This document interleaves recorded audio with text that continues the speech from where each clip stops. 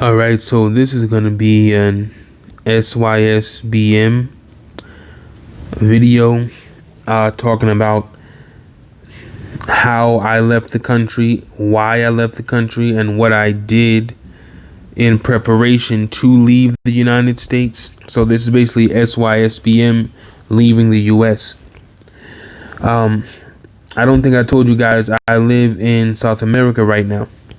And let me start from the beginning. So back in maybe October of, what was that, back in March of 2018, I was going through a lot of family issues and a lot of nonsense. I was trying to help a lot of single mothers in my family. They didn't appreciate anything, we all know the story. They don't appreciate anything, blah, blah, blah. And my grandfather had died, who had basically been my father all of my life. And I was trying to take his place and help a lot of these people out. And I had a realization that I couldn't help them, that I needed to focus on helping myself. Right? And then once I got mine together, then I could help them if need be. You understand? So I was probably 32 or 31. I don't have any kids. I'm not married. I've never been married. I did not have a girlfriend at the time. That's pretty much what I had going on. And after I went through a lot of issues with a lot of these baby mothers in my family and just other people, dope dealers, and just people that were related to me that were really living a negative life. After being surrounded by all that negativity and nonsense, I realized that I really had nothing to do with all of that. I was fed up with the foolishness and a lot of things that were going on in the U.S. And I decided to go to Medellin, Colombia for 3 weeks. And I left in March. I bought my ticket in February. I left around the end of March, maybe March 23rd. And I got to Medellin around March 24th. I flew out of Miami. It's only about a 3-hour flight from Miami. It's kind of like flying from New York to Miami. Just 3 hours, maybe 2 hours and 50 minutes. When I got to Medellin, now I'm just going to be honest with you guys. I don't know how you're going to feel about it. I'm just going to tell you the truth. I knew nothing of Medellin, Colombia, but I know the Most High. He knows me. He has chosen me. And he does give me visions and dreams that are they're spot on. And he guides my path. So I'm an Israelite. I'm a believer, just in case anyone wonders. Now, the Most High started giving me dreams of a place I thought that might be Mexico, but I wasn't sure where it was. I saw these small taxis going down a lot of hills. It was like a really hilly terrain. And I began to dream about this place, and I was like, I wonder what these dreams are about. And I would be talking to people in Spanish in my dreams, and I wondered, like, what was that about? And I started watching some videos, and I came up on Medellin, and then I ended up going to Medellin. So I went by myself, of course. It wasn't my first time leaving the country. I when I was about 18, after I graduated high school, I went and stayed in Dominican Republic with some family for about a month or so. It was my first time leaving the country long term. And like I said, I planned on being in Medellin for 3 weeks. Well, I got to Medellin. The weather was amazing. It's springtime year round. The people were very nice.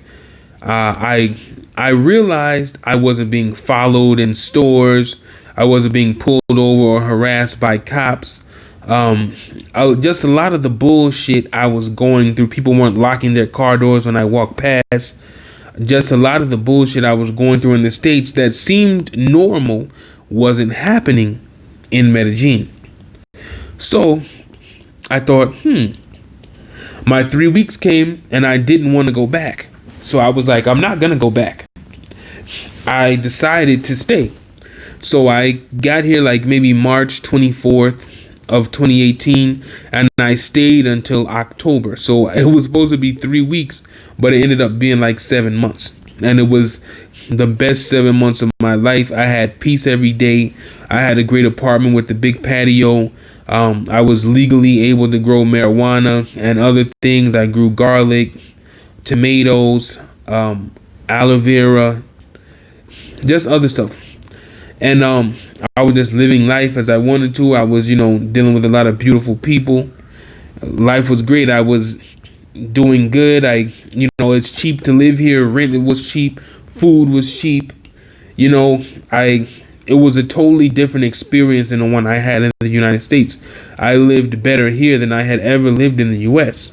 And let me tell you guys, I've lived on every coast of the United States.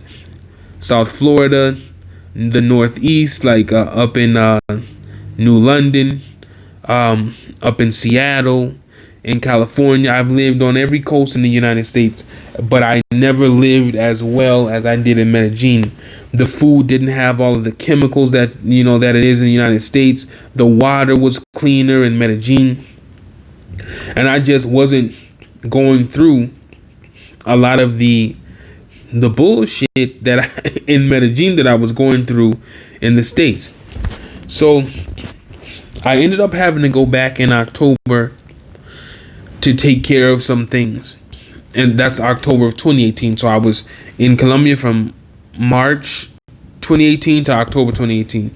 So I get back into the United States and everything is exactly the same. A lot of stress, a lot of nonsense, a lot of people trying to depend on me, needing me to carry them across state lines and, just do things. A lot of the women in my family who are disrespectful to men and don't have husbands, basically trying to use me in place of their husband to take them here and there, to take them to the doctor, to take them to different cities and different states and, all this BS, and to help pay their utilities and pay their bills and blah, blah, blah. And I realized something. I'm not here to do these things for these people. These people have had twice my lifetime to get their lives together. I'm not about to spend the rest of my life trying to help them get their life together. A lot of them were not showing me the respect that they should have. A lot of them they were all ungrateful.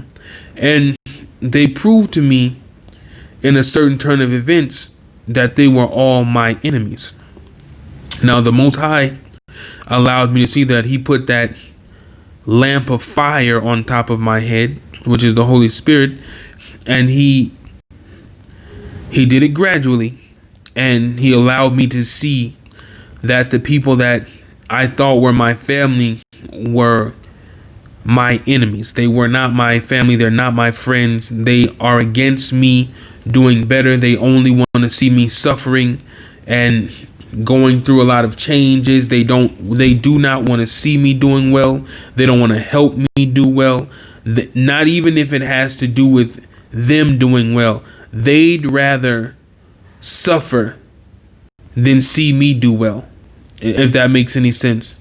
They'd rather than have the both of us do well, they'd rather suffer. So I'm sure you guys know people like this. You guys are all Israelites. Come on, you guys know people like this. So I started looking into wholesaling properties because I started businesses before. When I was in my early 20s, I was like making soy candles and selling them at a local flea market. I was just doing things. I'm bilingual. I speak Spanish and English. I speak a good amount of Portuguese as well. I need to brush up Brazilian Portuguese. And I've had my passport since 2004 when I graduated high school. So I was back in the States. Life was expensive. It not even so much that it was expensive. It just wasn't worth a damn. What I was paying, I wasn't getting anything out of it. I moved into some apartments. My neighbors downstairs, these two white people, an old white woman and an old white man, were arguing all the time, fighting all the time. They tried to involve me in their arguments. I still don't know these people. And to the point where I had a white woman I'm minding my business, going upstairs when I was in the States, and I had an older white woman yell behind me to tell me I needed to keep it down. I was literally just walking up the steps. Now, I didn't say anything to her. I went inside of my apartment and I contacted the office. No, and the white woman was she was saying something about how she was going to report me to the office. Now, I'd only been in these apartments for like a couple of weeks. And I'm just here. Most of the day I was gone, looking for properties and all, so on and so forth. So when I got into my apartment, I decided I could either go cuss this old white bitch out and drop her to her knees, or I can go another route. So what I did was I called the office and I reported her for harassing me and how she was yelling and screaming and arguing with the neighbor downstairs all night. And I told him and how she had knocked on my door one day. And I told him at the office, if I ever see the woman at my door again, if I ever hear her voice, if I hear anything from her, I'm going to cancel my lease early and I want all of my money back and I'm leaving this apartment. So the next day when I came back to my apartment, the white woman downstairs, she comes to me, "Oh, I'm so sorry. I didn't mean to bother you. The office manager came and she put a post-it on my door. They were beating on my door for a few minutes and I came out and they chastised me and I didn't mean to bother you. I definitely don't want to get thrown out of here and please forgive me. You know how the Caucasians do." So she was begging my forgiveness then. And just like I did the day before, I walked right past her white ass and didn't say a word. So that's how I handled that situation. After that, I was like, you know what? I'm over being in the States right now. So I started looking up Max Maxwell, the flip man, on YouTube to find out how to wholesale properties, because in 2017, me and a family member bought 2 properties at a tax sale. We tried to fix and flip and it was a disaster. We had terrible workers, terrible subcontractors. I ran into other black men that, because I was a younger guy and they felt like me and my cousin owned multiple properties, that they wanted to double charge us. They wanted to charge us more money. They wanted to fuck up our houses. I really got screwed over. I made it a point to only I wanted to hire other black people, and the black people I hired made it a point to screw me over. Now, they were all country from Mississippi and places like that. Sometimes, how some of those people are. They don't want to see anybody else black doing well. They rather rob from you or steal from you than, try to help you or just do their fucking jobs. So I went through that. I lost about $20,000 that I didn't have. I'm going to say that again. I lost about $20,000 that I didn't have. The best $20,000 I ever lost in my life. I've gained that $20,000 back probably 3 or 4 times since then or more. And I'm gaining more and more now. But in that loss of $20,000, I got an education about renovating houses, subcontractors, who's credible and who's not, plumbing, electricity, hot water, electrical panel updating and installing, roofing. I can now, from that terrible experience, I can now walk into a house and I can walk into every room and I can tell you exactly how much it's going to cost to fix every room and bring it up to standards for renting or fixing and flipping. And I can also give you a low end and a high end. I know how to save money when it comes to renovating houses. Like, for instance, in a lot of you want to renovate the bathroom, if you got old tile, a lot of times you can just pull the tile down, and re-mud the walls and just paint and have like a shower partition on the wall behind the bath. It's a lot of things I learned that you can do. You can find really large tiles on sale that might be 2 feet by 3 feet rather than getting a bunch of small tiles. So you use a lot less. It's just a lot of things I learned, that I can use to renovate properties, and I can give quotes on renovating that a lot of other people can't give, just from me losing all that money and dealing with those trash contractors. I had an education and I didn't even realize it at the time.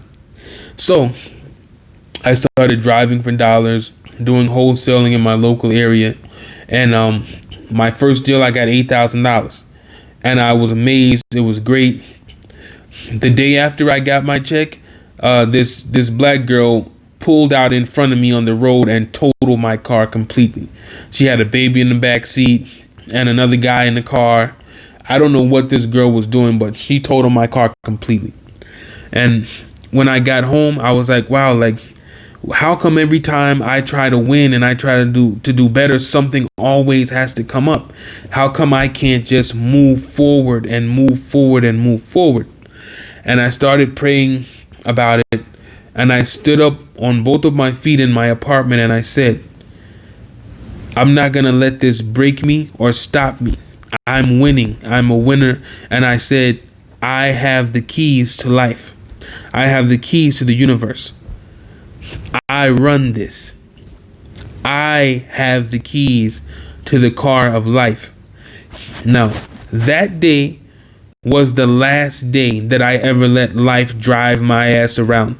I said that day, I will never let life run me ragged or drive me around. I drive life around. The Most High has given me life. He didn't give me to life. He gave life to me. So why am I letting life and all these other things just run, completely control everything? So that night I had a dream that someone threw me a birthday party in an old raggedy house with cobwebs all over the place, and they wanted to invite all of their friends over. They didn't want to invite any of my friends to my own birthday party. And this person was driving a car that was full of trash all the way up to the locks. The locks that go up and down on the car, right underneath, right by the window. The car was just filled with trash. And the person told me, why don't you go, get the keys to the car? And I get outside and the car is filled with trash. The person in the dream was my mother, actually. And her car was filled with trash. And I had to go through all of that trash. Nobody helped me. I did it on my own. And I found the keys to that car. And when I did, I woke up. And ever since then, I've had a totally different type of life. That was the Most High giving me a confirmation that I have the keys to life. I have the keys to the car. Life ain't driving me anywhere. I drive life. This is going into the direction that I wanted to go. And ever since then, my life has just gotten better and better and better. I had to separate myself from my family. I had to cut them off because a lot of them were wanting to see me fail and do bad. I don't know where that comes from, but that's just how a lot of them are now. So all that being said to say, I started doing wholesale deals here and there. I started networking and meeting other people. And I went from, just barely having enough money to pay for my rent and do other things to being in 5,000 square foot homes with people that invest in real estate and purchase all different types of properties. And I was one of those people. So my life completely turned around. And I was able, instead of just working and trying to save, I was easily able to save money. So the more money I saved and the more deals I did with properties, I kept thinking, wow, it's got to be a way for me to get out of the United States and still make money in the US and own my own company and work for myself. And that's when I came up with virtual wholesaling. I saw a few videos about it, and I had gotten a lot of contacts, and now that's basically what I do. I wholesale virtually. And I said in the last video, I just recently opened a new company where I I send workers to clean up Airbnbs, so I basically send maids to clean up Airbnb properties. I've got 2 women work for me right now, and I'm here in Colombia. They're in the United States. I pay them with Zelle, so it's coming together. I've already got, this week will be my 3rd job, or maybe my 3rd and 4th job. So things are going well. The Most High is blessing me so much.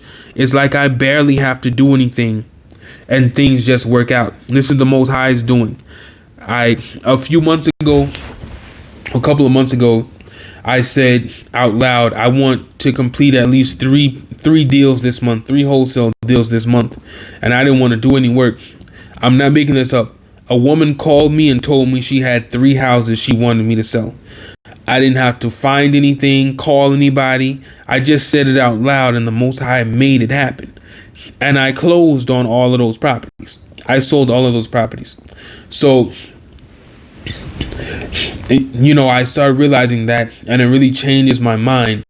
It's helping me try to stay on the right path, because I want to do right by the Most High. I still have temptations and things that I'm dealing with, things I'm working through, but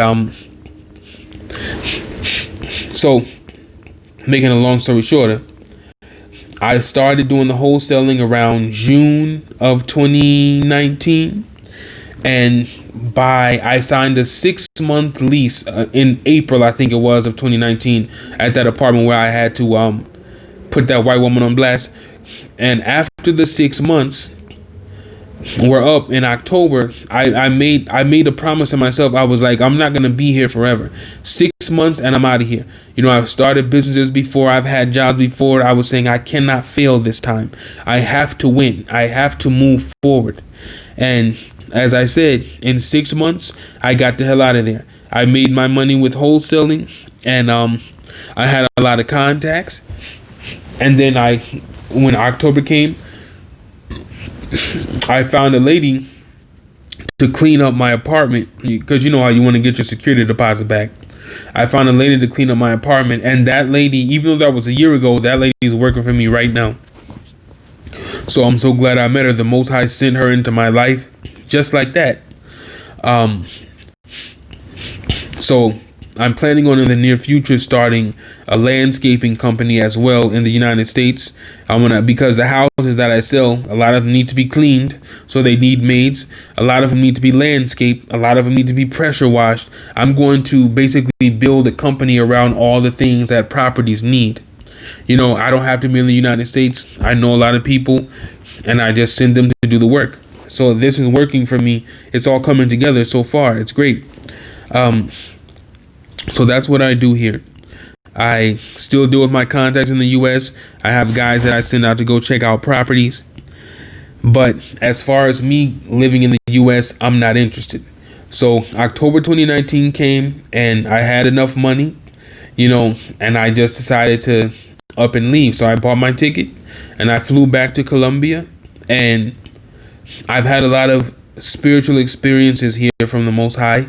He's given me many visions and many dreams, and now I'm telling you guys as SYSBM, it's time to save yourself. I had a realization. Well, now the video is already long. I'm just gonna say it. I had this dream, you guys, and I don't remember if I prayed for it or not, but I had this dream or an experience where I was in a hotel room, and I had a small tree that had white flowers on them that had like glitter or gold or something coming up out of the white flowers. And I was staring at the tree because I never seen anything like it before. And suddenly I looked over to the right, and I saw this black woman laying on the floor like she was dead. And I went to go see her, but I was saying, "Are you okay? What's going on?" And she was pretty much dead. She couldn't move. Her eyes were closed. She was dead. So I looked up, and this white bunny rabbit came hopping towards me. And there was also like a green cup of liquid sitting next to her head. So I picked up the bunny rabbit. I could tell the bunny rabbit had some type of wisdom or something. It was something about him. I picked him up, and I started putting the bunny rabbit on her face a little bit. I was like putting the bunny rabbit over her body, and the woman's eyes opened. And I thought, oh, she's not dead. And then I started giving her the green liquid that was in that cup, and she started breathing, and she started talking. Now, this is what the black woman said. I just used that white rabbit to bring her to consciousness, to bring her alive, and I just used the green liquid to make her breathe again, to reciprocate her breathing. The black woman opened her eyes and looked me right in my face and said, "Ew, what are you doing with that rabbit? I don't want anything to do with that. Get that away from me." And I was telling her, this rabbit just, gave you your conscience. This rabbit just brought you back to life. She said, "Ew, I don't want that. Get that away from me. I don't want that thing anywhere near me." And she looked at the green liquid that just allowed her to breathe again. She said, "Ew, I don't want anything to do with that. What is that? Get that away from me. And I was telling her, this is the liquid that just gave you your breath back. She said, get that away from me. I don't want anything to do with that. With an attitude. And I was like, what? You know, this bunny rabbit just brought you back to life. This green liquid just allowed you to breathe. It's got your heart pumping. What do you mean you don't want anything to do with the very things that have just brought you back to life? Well, as I was questioning this woman, the bunny rabbit started to hop away and go back to where he came from. And I looked over, and there were 2 Asian men and 2 white men. They had taken my tree with the white flowers and they had cut it up. They cut branches off. They had turned it into a bonsai tree. And I said to them, hey, get your hands off my tree. That belongs to me, not you. Why are you touching my things? Get the fuck out of here. So they ran out of there in fear when I told them that. Now, I want you guys to pay attention to what I just said. While I was busy trying to save this black woman, bring her back to life after doing all that, she didn't appreciate the damn thing. She was like, get that shit away from me. Get that bunny away from me. Get that liquid away from me. I don't want anything to do with those things that just gave me life. It's disgusting, ill, they're nasty. Get them away from me. And meanwhile, while I was tending to her, my gift or my resources, whatever that white tree with the white flowers was being taken and cut up and divided by strangers, by these Asians and these whites while I was dealing with her. And like I said, the bunny rabbit didn't wait to hear the response of the woman. He did what he came to do, and he turned around and started hopping away. And as I watched the bunny rabbit hop away, I did the same thing. I stood up, I left the woman where she was, right there on the floor. That's where she wanted to stay. And I followed in behind that rabbit. And when I woke up, I thought, what kind of dream was that? Because I understood the dream was telling me to leave that woman behind.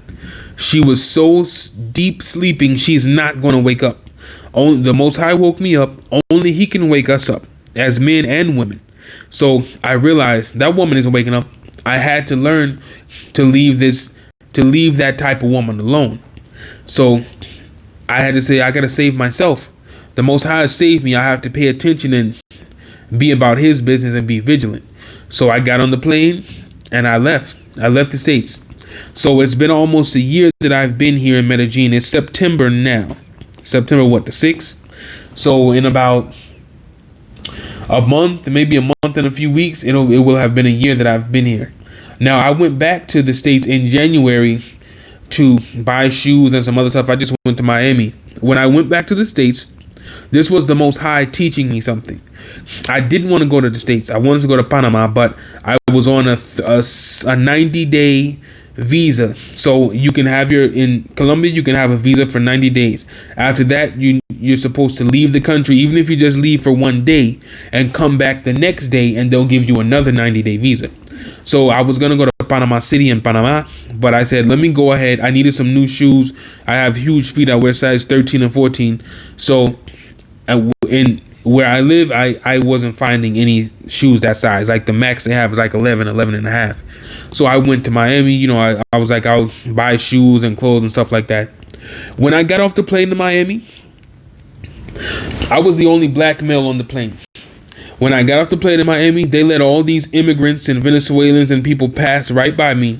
This is not to be offensive to you guys. I'm just saying they let them all pass right by me. They stopped me and questioned me as to what I was doing in the United States, why I was there, even though I had an American passport.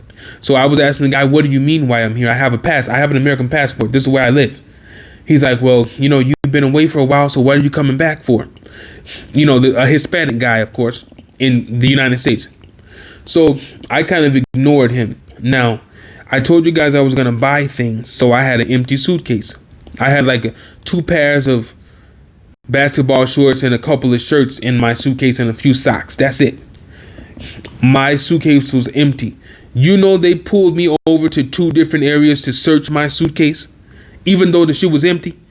I know they ran it through the X-ray multiple times. I had a huge suitcase with nothing in there. It was completely empty. And I kept asking, why am I going through all this? Why are you wasting my time? And no one can give me any answers. Oh, we just want to check and make sure this, that, and the third. You know, they're trying to act as if I have drugs in my suitcase or something. Now, I was pissed. It took me about an hour to get out of the fucking airport. Meanwhile, other people that don't even have an American passport are walking right past me like they've come home to their country. Do you understand? So anyway, I got in my car. I had a rental. I did my thing. I didn't have any more problems. Now, I was in the States for about 5 days, and it was 5 days too damn long. When I left the United States after 5 days in January, I came back to Colombia. Do you think they went through my suitcase 2 and 3 times? Nope. Do you think they asked me what I was doing in Colombia? Nope. I went right through. They treated me like I had come home to my country. I had no problems. Hopped in a taxi and went back to my apartment. And after that experience, I said, wow, I feel more at home here than in the United States. I was pissed that I had to go through that in the US, but I realized it was the Most High letting me go through it to let me know, don't bring your black ass back here. I've already separated you from the nation, and I've moved you up on a mountaintop. What are you doing here? We've already had this discussion, and I accepted that as an understanding. So I'm probably not going back to the States anytime soon. Probably not I'm thinking not for another 5 years or so, maybe 10. I don't know. I hope I have no interest in going back. I know I'm not going back before 2022. Like I have no interest. So I got back down here in January again. I'm living down here. I've got a 2-bedroom, 2-bathroom apartment on the 4th floor. It's like a private house. I'm on the 4th floor. Everything in here is new. It's furnished. All I brought in was my mattress. They already had a bed. I just wanted my own. And my rent was $450 a month, including utilities and high-speed Wi-Fi. The people are nice. The guy that owns the property calls me his son. His wife calls me her son. They're very kind to me. They're very respectful. My own father has never even called me his son. And my mother treats me like I'm a stranger. I'm just telling you, I know you guys have had the same experiences that I've had because I know the life of an Israel man. So now that I'm here, I'm easily accepted by most people. It's a lot of opportunities. I'm planning on starting maybe a cafe or something here. Some type of business here. I'm about to start investing in Latin America because once the United States falls, I think Latin America is going to blow up. Because I think the U.S. has kind of been keeping Latin America down, to say. Anyway, all that being said to say, now I've been here for about a year. Now, I spoke Spanish before I moved here, but you don't have to speak Spanish. Now, in Colombia, a lot of people don't speak English, but there's always people that do speak English. So I suggest to you guys, save yourself, black man. Get your passport. Get it right now. They're killing you left and right in the United States, and nobody gives a fuck. Your woman doesn't give a fuck. A lot of men don't give a fuck. The other nations don't give a fuck. It's time for you to get the fuck out of the States and let them deal with the calamity that's coming. Okay? You don't want to be the one. You don't want to be caught there. The Most High taught me a lesson the last time I went back so that I would not return anymore. So I'm just letting you guys know, whoever's telling you this, that, and the third, that you're a sellout, all this bullshit, fuck that. If they want to stay on that plantation in the United States and play by those slave rules, let them do that. It's time for you to save yourself. I'm asking you guys to start praying to the Most High as who the true Most High or Elohim of Israel is. Even if you don't believe, just ask. Just ask. Because he completely changed my life. I went from living in a trashy $600 apartment, you know what I'm saying, to living in a great apartment here in a nice city, great weather. The weather is springtime year round. It's beautiful here. You know what I mean? This was a nice place. I rented out a big terrace. This was like on the 20th floor or something like that you see here. So I had a breakfast outside that day. This is the view, just a part of the view. You know what I'm saying? That's another part of the view. That was a nice apartment I had. You know, I don't live there anymore, but so now I've been here for some time. And what a beautiful view that is, you guys. I've been here for some time. So I'm considering now, in fact, Tuesday morning, I'm going to go look at some land. A few different lots. I'm considering buying land and building like a prefabricated house there for myself. And then I'm going to start building like studio houses or like little studio efficiency apartments. So when people like you guys and other foreigners come, or other SYBS, will Save Yourself Black Men guys come here, there's a place for them to stay. It's affordable, it's clean, you know, I speak English, of course, you know, so I plan on doing that, creating like a hotel type of environment, but with separated studios. You're not going to have anyone right next door or on top of you, you know, upstairs. So that's what I'm planning on doing next. But I'm saying all of these things to you guys just to let you know you can do it. You can get out of the United States. It doesn't have to be South America. You just have to pray to see where the Most High is going to send you, whether it's Japan, Tahiti, China, Thailand, Singapore, Dominican Republic, Colombia, Brazil, Nigeria, the Gambia, Senegal, wherever it is. You know, the Philippines, wherever it is, Papua New Guinea, wherever it is, Australia, wherever it is, you guys have to get your passports and start being ready. Start creating virtual business opportunities for yourself. You got to get your passports and start being ready to just jet and get out of the United States. You are the most valuable men on the planet. That's what I'm saying to you, black men. You are the most valuable men on the planet. Stop allowing society and other things to tell you otherwise. And if they won't stop telling you that, it's time for you to leave the society and let it fall. The entire American society has been resting on top of your back alone for the last 400 plus years. When you leave, it all falls. So all this being said to say, save yourself, black man. Go ahead and get your passport photos taken. $12 to $15 is all it takes. Go apply for your passport. Now, for those of you that have child support issues, because you know with child support you can't get a passport. Sometimes if you have drug charges, they won't give you a passport. Go and apply anyway. See what you need to do. If you have to pay your child support to get out of there, pay the damn child support and get out of there. Do whatever you need to do to get a passport. I mean this with every word, okay? Now, just so you guys know, you can leave the United States without a passport. There are certain places across the border in Texas and Arizona that you can cross just by paying some of the Mexican border guards $30 or $40, maybe $50. They'll let you cross through. You know, but then you might have to stay in Mexico because you might not be able to get out easily without a passport. But I just want you guys to be encouraged. You can do it. You can save yourself.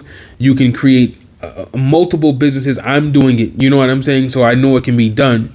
There's so many opportunities in South America and Asia and just all over the earth for us. There's so many women for us. There's so many, opportunities to network with other men and to meet. I've met so many wise black men here in Colombia that have really helped me and taught me a lot.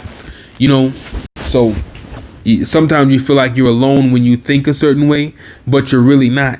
A lot of those men that think like you have already left. They've just moved on. You know what I'm saying? They found out what it was. They were in the military. They started seeing the world for what it really was. And they were tired of the US and, the bullshit that it creates. So this long video is to inspire and encourage you guys. SYSBM, get the fuck out of the US as soon as possible. Start saving your money. Start praying. Sell it when you get ready. So I sold my car. It was told I sold it. Sell your car. Whatever it is, you got a house, come start traveling and seeing other places. When you decide where you want to move to, sell your house. It's time, you guys. It's time for us to walk away and not look back.